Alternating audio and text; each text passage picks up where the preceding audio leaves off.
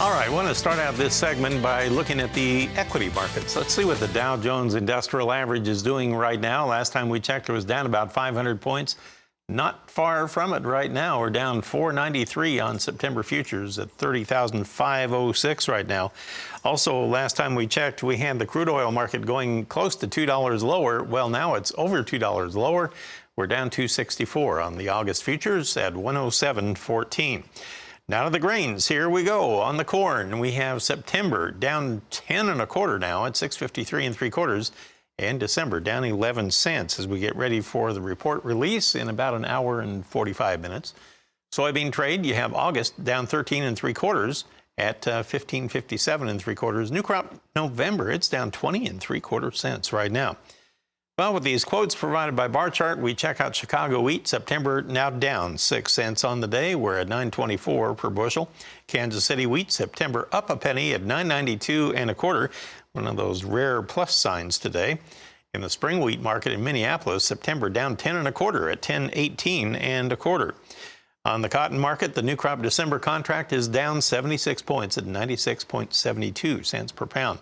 Robin Cross is on the line. He's with StoneX. He's located in Chicago, and we call on Robin each and every week at this time to talk about the lumber markets and the lumber industry. And I just wondered, last time we checked with you, Robin, prices were, almost a third of what they were like a couple of months back. So what's going on this week? That's right, Marlon. Well, good morning. Thank you for having me, good buddy. Let's start out with the prices. First of all, July lumber, expiring July lumber is $639.40, up $580 with 24 trades over there. Very light volume. September sitting at $593.60. That's now your lead by open interest, down 80 cents with 32 trades over there. Well, Marlon, it was another great call we had on RFDTV. Yet again, I looked for the massive break, which we got, 923-point break.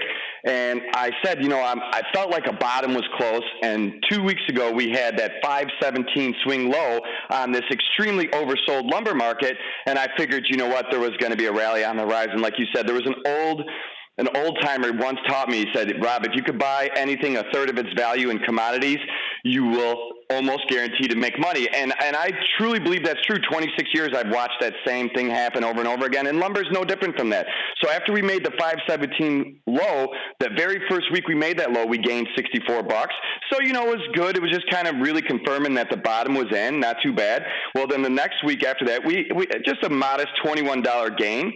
And then another, this week, $40 gain. So all in all, we're up $125, but I would still call it an oversold technical bounce. The primary of the, driver of the rally was not necessarily demand. Don't get me wrong.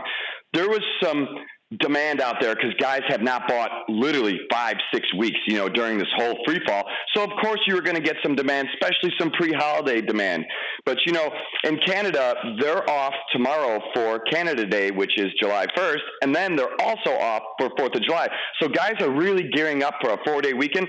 So mainly what you were seeing is exiting their positions. The spread, the market's volume, the kind of sad volume we have, but what we did have was completely dominated by spreads to the tune of, I actually did the math this morning, of 82% of all trades in the last 3 weeks have been spreads. So what that tells me is guys are just, they had it with July. When we rallied, we started so high, you blew a lot of the shorts out. On the way down, we blew a lot of the longs out. So I think guys are just kind of punch drunk from the action, and we said, Uncle, get me out. The spread had a $60 return, so that was, looked like it was bottom out. So we actually got some opportunity to be able to roll some guys at a much better position than it was just 2 weeks ago. But make no mistake about it, that was really their intentions, is literally to get out of July, buy themselves more time in September. And I do believe September is going to be better. On the cash side of things, we always see it. I call it the camp rally. At the end of July or the beginning of August, right in that time frame, we always get a seasonal rally because we tend to have mill maintenance shutdowns during, July. This is common. I've done it every single year of my life. But, the producers will embellish a little bit like it's something new. But like I said, Marlon, I've been doing that for 26 years. There's been 26 years of shutdowns. So that's no surprises there. So we'll see if the market has any muscle when everybody comes back from the holidays. But, right now it's hard to tell. Market's, it's still slightly up, but I'm really not convinced. I think interest rates are such a big problem, and when I talk to several home builders, major national home builders, and that is their biggest fear. Multifamily has been the crux of their business. Single family home sales have almost all but died for them, or orders, I should say, almost all but died for them. But you know what? We'll see. We'll see what happens next week when we get back. Other than that, lastly, open interest. It's continuing to hover around that 2,000 level. July's only have 426 cars left, and we still have to go 15 more days to July 15th, so that's hardly anything. That's way lower than it normally is.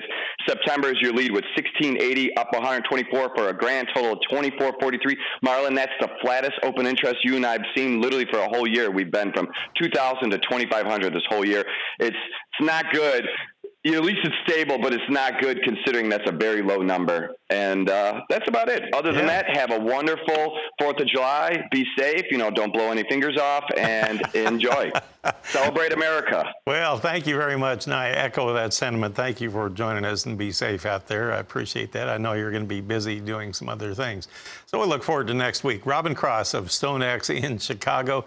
We'll pause right here. We'll come back, and we'll run through some livestock numbers next.